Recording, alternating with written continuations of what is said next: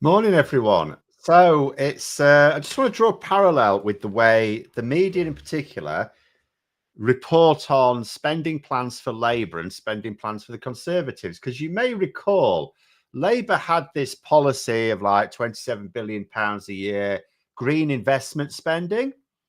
And, the Tory press and the Tories said, how are you going to pay for it? How are you going to pay for it? And Labour said, well, we're going to borrow to invest. Yeah, but how are you going to pay for it? We're going to borrow to invest. Oh, but you're just going to put up the debts. No, because it's investment. It gives us a return. We use the return to pay for what the borrowing would have cost. And we have extra tax receipts because we've created a load more better jobs. But the media kept going on, oh, they won't say how they're going to pay for it. They won't say how they're going to pay for it. So Labour, in the end, dropped the commitment. Now, do note, they haven't ruled out spending £27 billion a year by the end of the next Parliament. They've just ruled out the commitment. So there'll just be battles in the well, it will be the cabinet once they're in power.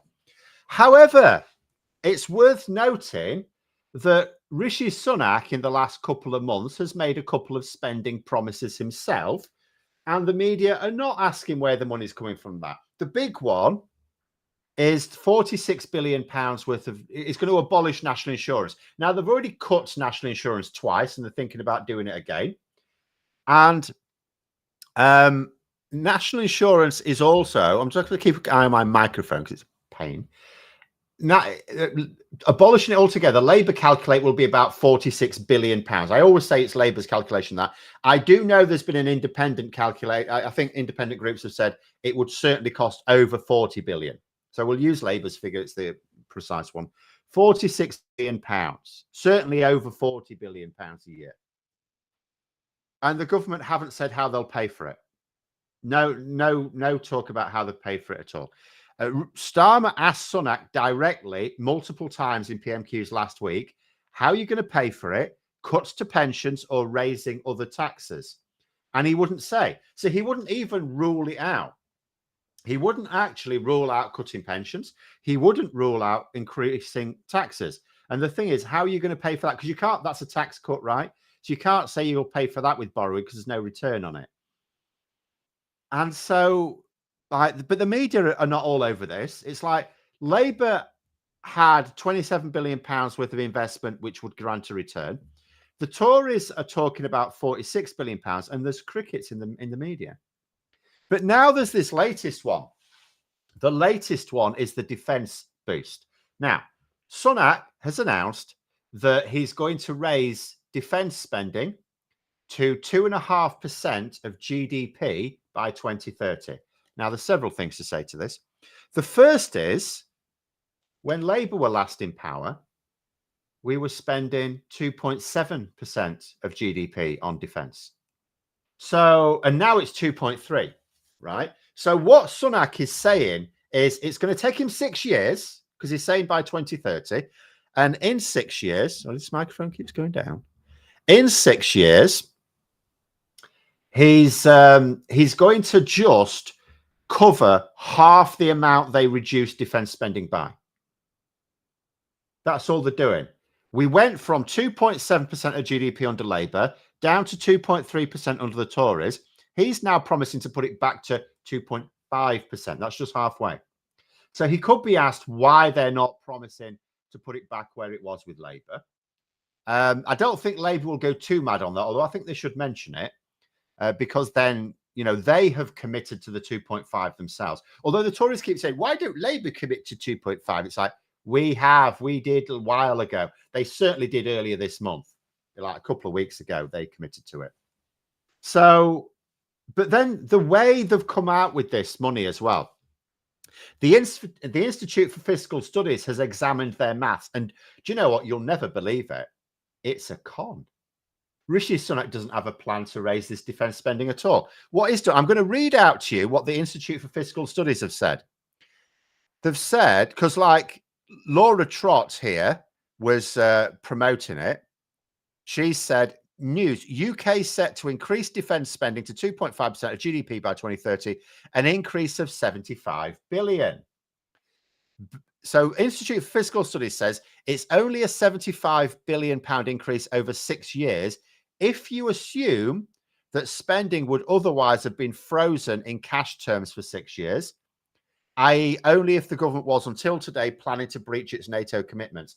So what the government are doing to try and come up with this £75 billion figure, bloody microphone, is they've worked on a budget that says we're not going to increase defense spending at all.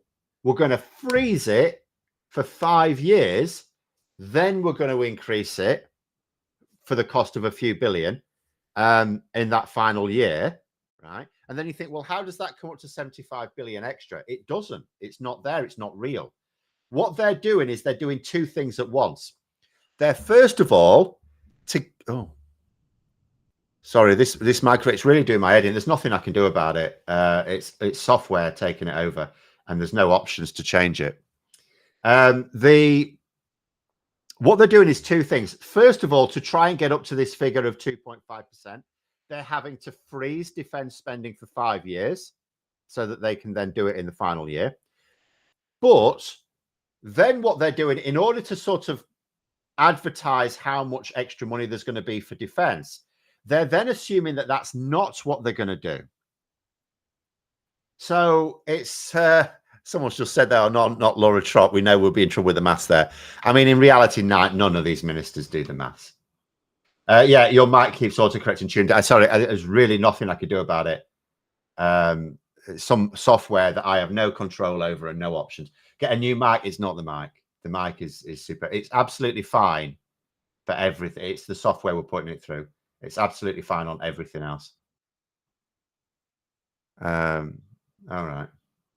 That's weird. Graham's just told me it's something to do with Chrome, but that's also a bit weird because I use Chrome for everything. I don't have problems with it.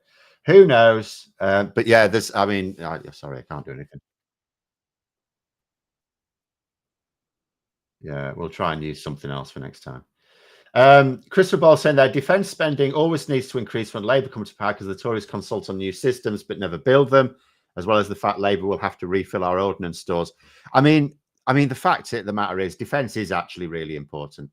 I mean, Europe's at war. It's really that simple. It is at war. Russia actually wants to, it is invading Europe. It's actively invading Europe. It doesn't want to stop. If Russia's not going to be properly beaten back, it's not going to stop. And America, although it has now recently passed this aid for Ukraine, it is an unreliable partner. And I've said for a long time, I mean, someone from the Ukrainian government was just saying this week, you say super glue the volume control. It's not mechanical. It's purely software. It's not mechanical. There is no button. But yeah, it's they were saying that actually Europe needs to look after its own defense. It needs to increase its defense spend. It can't rely on America. And that is true. And I've been thinking this for a long time. We should never. You could understand it post-war. Europe was knackered. It was on its knees. Of course it was. We'd just been fighting each other. You could sort of understand initially and then that Cold War period. But really, at the end of the Cold War, we should have actually faced up to things and said, look, you know, we're an extremely rich continent. We should be able to defend ourselves. Against what? I mean, again, who do we need to defend ourselves against? Really? There's only one country in the world wants to invade Europe, and that's Russia. And Russia's, like, although it's a large country with a lot of natural resources, it's so corrupt that its economy is tiny. Its economy is absolutely minuscule. It should not be difficult to be able. In fact, we actually could have done. We never should have allowed them. Like, I mean, look what we did with Ukraine. We allowed them to, first of all, take a bit of it, Crimea, in 2014. I mean, we should have just said, no, go away. That would have been easy. And then a couple of years ago, we allowed them to mass tanks at the Ukrainian border. And there was all the usual suspects going, oh, they're not going to invade. They're not going to invade. It's like, what are all those tanks doing there then? And then we let them just roll over. If it weren't for all those Ukrainian farmers nicking those tanks, then where would we be now? If Dan Hodges had a microphone problem on live stream, it would be Angela Angela's house's fault. Yeah, he's going a little bit mental, isn't he? It's I still find it amazing when someone actually, and he's bold as brass, he knows he can take the piss.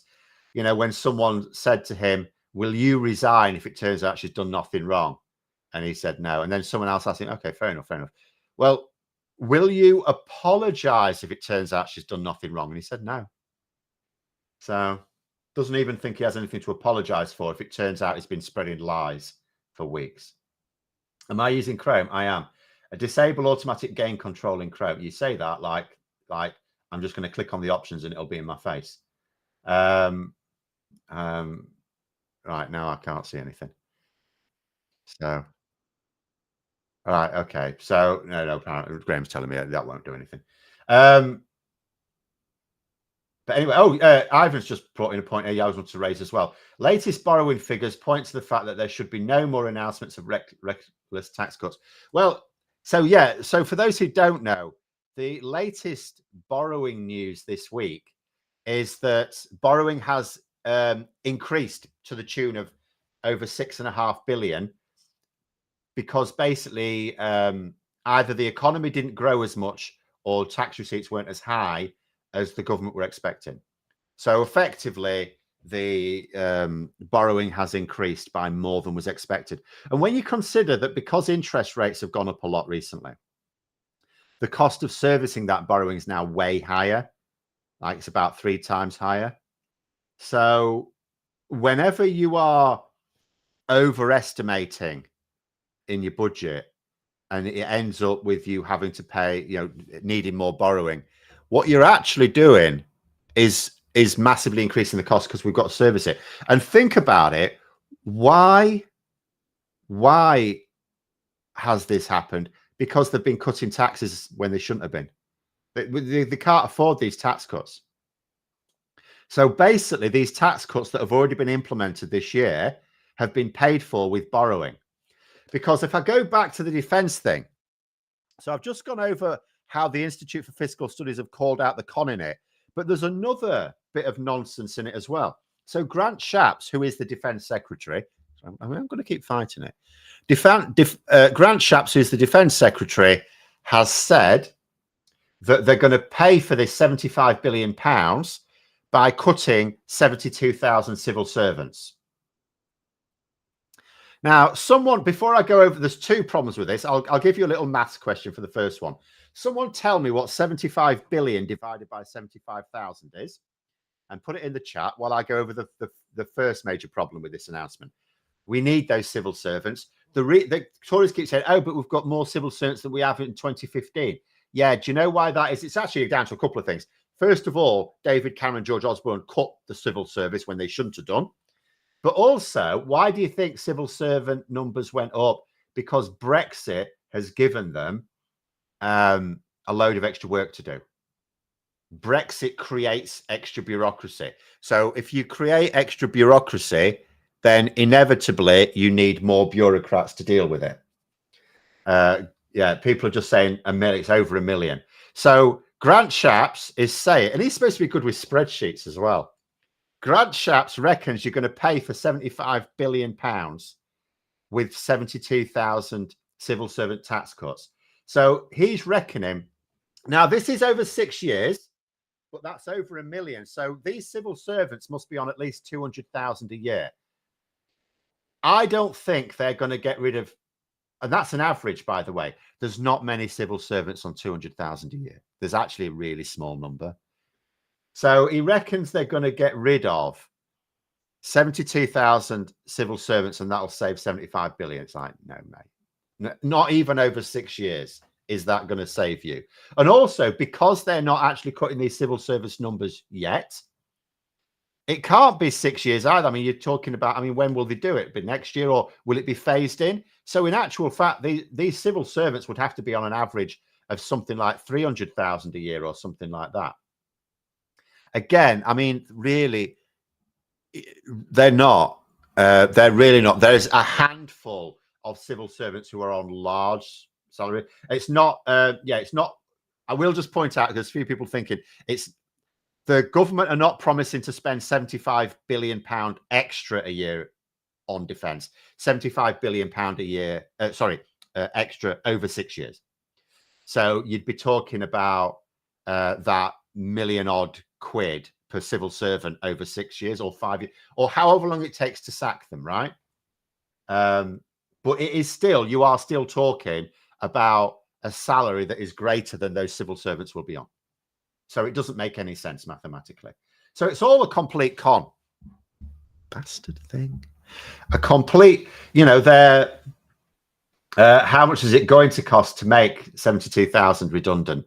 Well, yeah, there'll be costs with the redundancies as well. And also there'll be costs for us because, like I say, the work needs doing. They're not sat around doing nothing. They haven't identified 72,000 civil servants who are essentially not doing anything. They're working. So the work that they're doing, because I'll tell you another thing, it won't be consultants they're getting rid of either. Their consultants will still be there. They're the ones who are actually sat around just smoking. I've seen consultants at work. They just basically swan around, ask you a few questions, go outside for a fag. But anyway, it's what happens when you get rid of a load of civil servants? We know what happens. We've seen it. What happened in the NHS when staff shortages rose? The work didn't go away. People didn't stop being ill or injured. The work just piled up in the NHS, we call it NHS waiting list. The waiting list just grew. What happened in the justice system? The backlog of court cases just grew up. So I know people are trying to be helpful with fixes for this mic thing. I'm not going to be able to apply any while I'm actually streaming. We'll just have to try and sort it out for tomorrow. The asylum system, they got rid of a load of people, civil servants who were processing asylum claims. What happened? The asylum backlog grew. So what's going to happen when they try and get rid of 72,000 civil servants? The work won't go away. It just won't be done. It's still needed, but it won't be done. So there'll be a backlog again. And again, the whole infrastructure of government will just collapse. But that's what some Tories want. They don't like the idea of, they don't want a government, or rather, they only want a government to manage the minimum size state. I keep saying the right, very right wing free market capitalists want a government to manage a police force to keep the local populace in line and a military to stop other people invading. That is it, the bare minimum of a state. Just having the land declared a particular state. Other than that, nothing. Almost no taxes. Actually, no tax. They actually believe no taxes for the rich at all because they see the rich as wealth creators. Oh, we provide jobs, you see, so that's our taxes.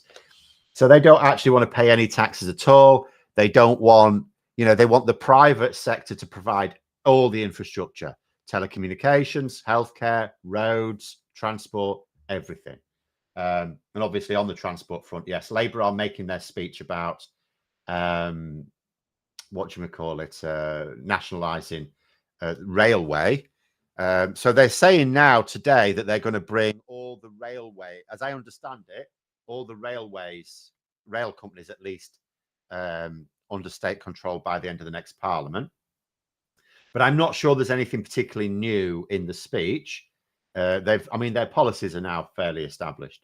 So I think they're just, Rishi Sunak's doing this blitz at the moment of major announcements. So I think Labour are just saying, well, we better make our own announcements as well.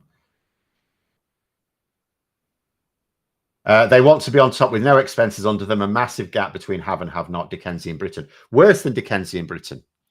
Worse, absolutely worse than that. And in fact, it's no surprise that we do now have Victorian diseases, which were eliminated in this country, coming back. Diseases associated with poverty. We are now experiencing Victorian levels of poverty. Anyone see Susan Hall's live U-turn on LBC? Do you know what? I saw that. It was an absolute disaster. She's like, I don't know what's up with the Tories of late. Anyone know what's wrong with them? They keep getting these people who are absolutely hopeless in a debate or an interview. Susan Hall, utterly useless. Rishi Sunak, utterly useless. Liz Truss, they knew she was useless. I mean, Rishi Sunak, when he became Prime Minister, hadn't had a lot of experience. Sorry. Hadn't had a lot of experience with it, so he didn't really know how bad Rishi Sunak would be. Whereas Liz Truss, they all knew she was so hopeless. You know, as foreign secretary, she'd been stitched up in interviews, in debates as foreign and business secretary. She'd been absolutely destroyed. So Tory MPs knew she was going to be useless. In fact, actually, it's believed the reason she was on the ballot for the members, not Penny Mordaunt, was because Boris Johnson supporters voted for her because they knew she'd be useless. So they knew she would crash and burn, and then Boris Johnson could come back, but that didn't work out.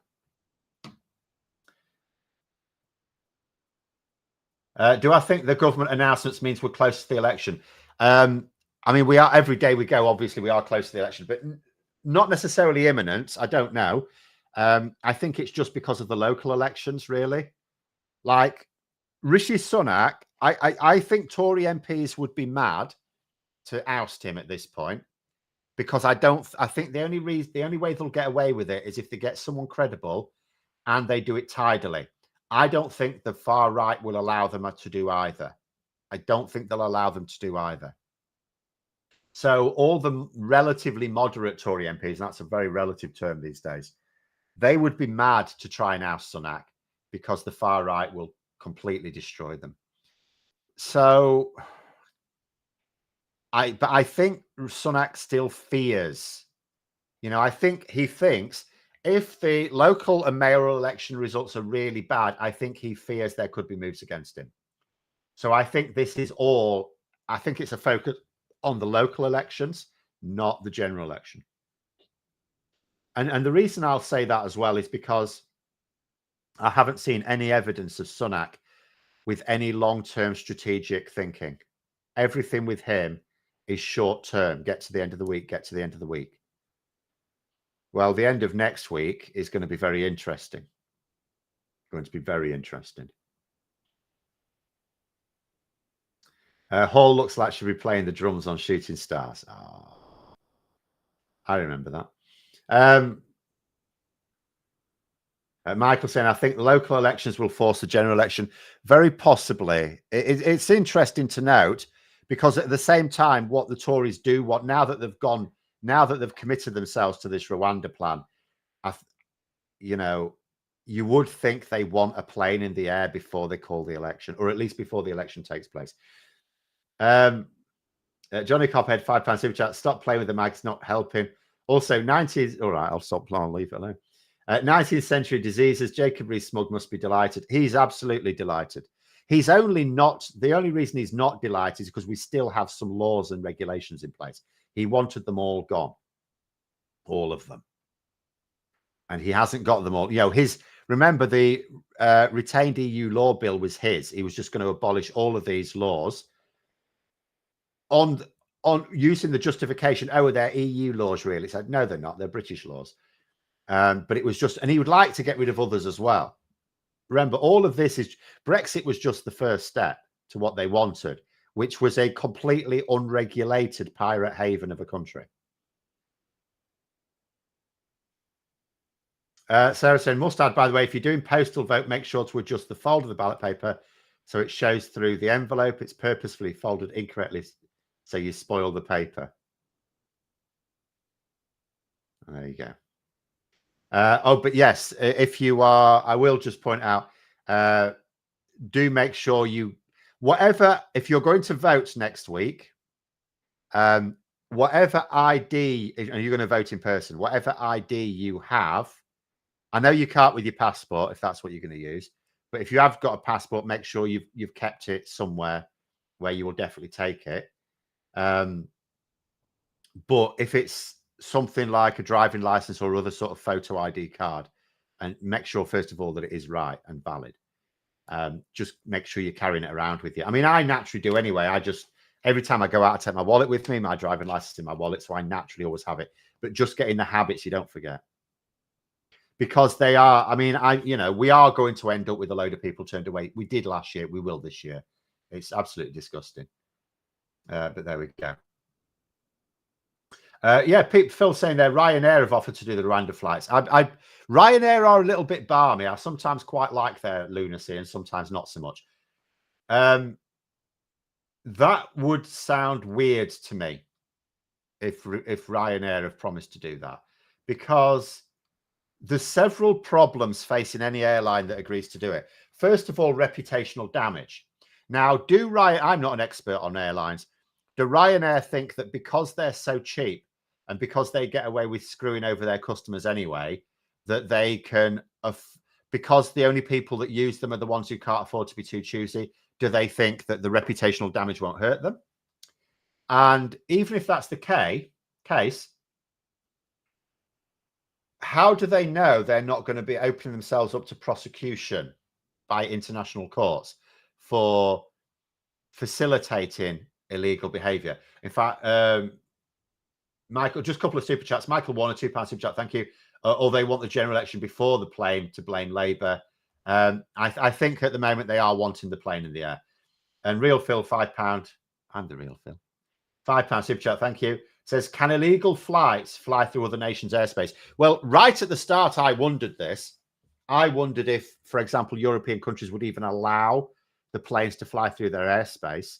But because I'm not seeing any discussion of that in the media in this country at any rate, I don't know. Like, I'm guessing no one really thinks that's going to be a problem. Because I wondered that, but I haven't seen any suggestion. And I suppose if I was to reason it through and I was to say, well, why wouldn't European governments ban planes from their airspace? So first of all, there'll be some governments who'll be more than happy. Like, you can't imagine the Italian government refusing, can you? I don't think this would be an EU-wide thing because that would cause too much aggro. The other thing is, I can sort of understand European governments, even ones who aren't bastards, not wanting to really say much about it because, I mean, asylum is a hot potato issue in all European countries. So it may well be that no European government wants to make a big deal of it because then they split their own voters on an issue that's something to do with another country. So as you know, so it may well be that the airspace issue is not actually an issue, but who knows? I just haven't seen mention of it. And 31 Blaze saying it's not like Ryanair could become any less popular, really. Well, maybe that's their thinking, but I still, you know, I would still find it odd. But the contract is very lucrative, and it was always going to be very lucrative. But there it is. Final one here, because we're out of time. It says, it would be embarrassing for the government not to use a UK carrier. Ryanair being Irish and therefore an EU carrier should be a point we make an example of. Yeah, I mean, all I know is Rishi Sunak claims he's already got the flights booked. He knows the specific days they're going to take off. He's got them booked already. I think I saw reports suggesting it's not even one carrier. There's like a couple of companies. We won't know until it happens, will we? They're clear, because they're not announcing them now. They're clearly trying to avoid I mean, we know what they're doing. They're trying to avoid naming the carriers so that, because what will immediately happen is the public will then put pressure on those companies. Various bodies will put pressure on those companies who will then back out, you know. So they're releasing the names as late as possible because all Rishi Sunak wants is that flight in the air.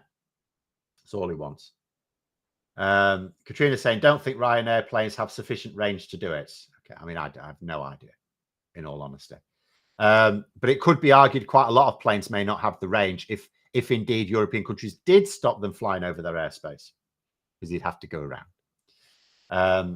But there we go anyway. We've run out of time. Thankfully, we'll try and get the mic sorted out for tomorrow. Thanks for coming on, everyone. Have a great day. And until next time, I'll see you later.